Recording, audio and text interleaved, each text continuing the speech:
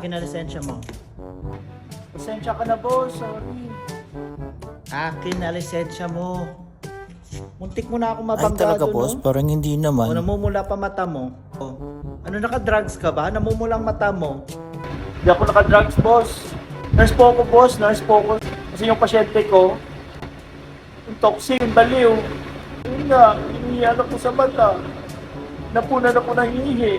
Wala, puyat, boss. Na-extend pa ako ng duty. Toxic, ang daming admission, ang daming toxic na pasyente, ang daming request. 4 hours ako nag-extend ng duty dahil dami pagtatapusin. Mumulang mata ko kasi puyat ako, boss. Tapos, nahihiyan pa ako ng pasyente. Sorry.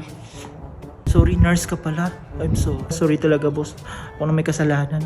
Akala ko naka-drugs ka eh, kasi namumulang mata mo. Ay, nurse nga po boss, galing lang Wala, na ng boss. Sorry, duty. sorry. Sige, pasensya na. Ako na may kasalanan, ha? Ako na may Sakto kasalanan. yan boss. Kasi sa hospital, nurses yung palagi may kasalanan. Si Sisi. Sorry, kawawa kasi mga nurses eh. Ay, tumpak, Sorry, ganun. boss. Alis na ako. Bye-bye.